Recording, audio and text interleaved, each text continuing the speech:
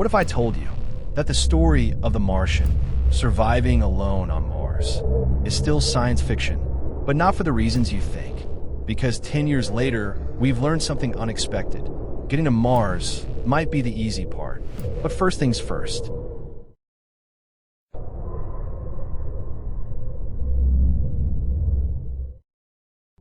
Ten years ago, Ridley Scott's film The Martian hit the screens.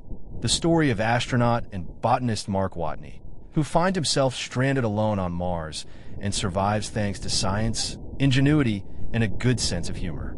The plot was grounded in real science. Watney didn't fight aliens. He repaired equipment, extracted water from rocket fuel, and recorded video logs explaining how to survive on a lifeless planet. Now, with the year 2035, the timeline of the book just a decade away, an important question arises. How close has humanity come to making that story a reality?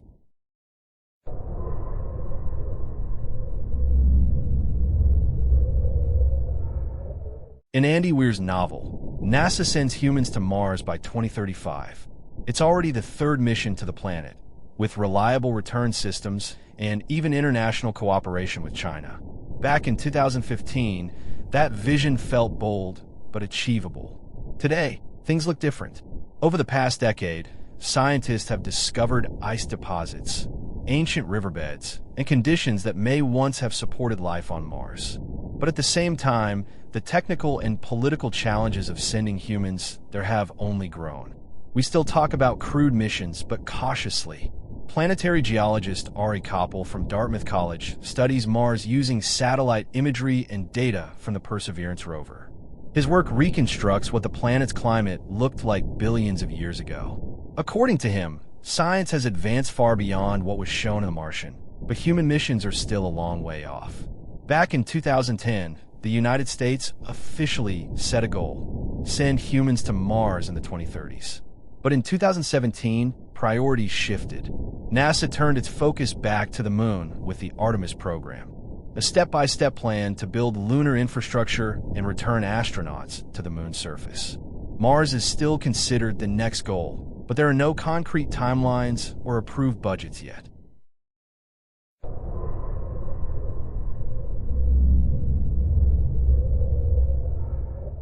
The biggest discoveries about Mars in the last decade haven't been made by humans, but by robots.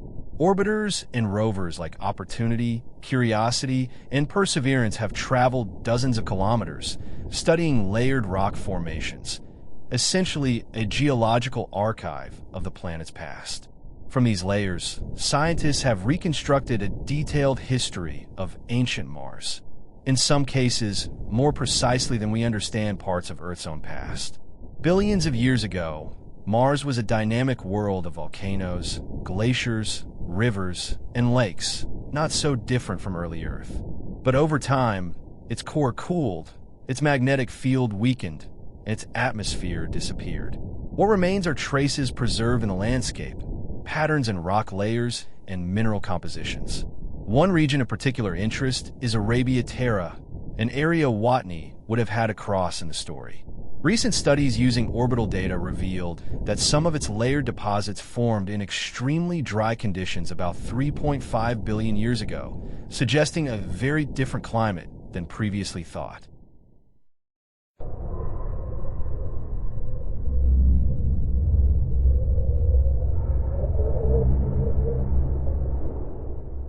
Despite all this progress, Mars still holds many mysteries.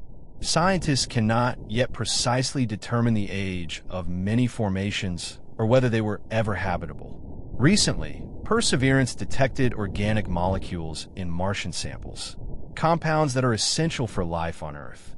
But there's a catch. These molecules could come from ancient life or from purely chemical processes. To find out, we need something crucial: bringing samples back to Earth. The Mars Sample Return mission aims to do exactly that. Perseverance is already collecting and storing rock samples in sealed tubes on the surface. Future missions are supposed to retrieve them and bring them home. And that's where real breakthroughs could happen, because Earth-based laboratories are hundreds of times more sensitive than anything we can send to Mars. In fact, just a few grams of Martian soil studied on Earth could yield more scientific data than an entire human mission.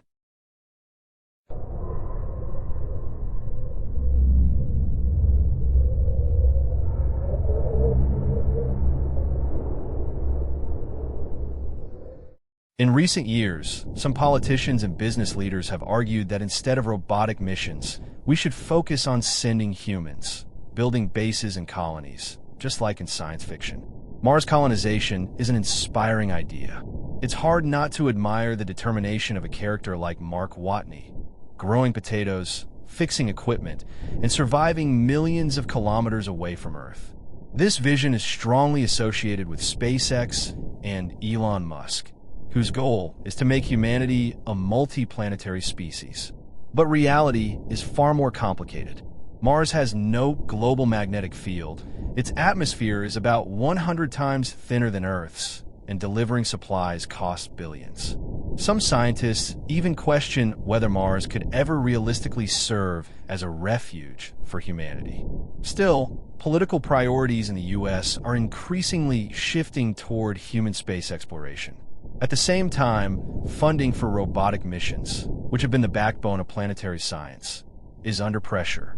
And yet, it is precisely these robotic missions that have given us our deepest understanding of Mars and inspired stories like the Martian in the first place. Thank you for watching the video on my channel Cosmo Dream.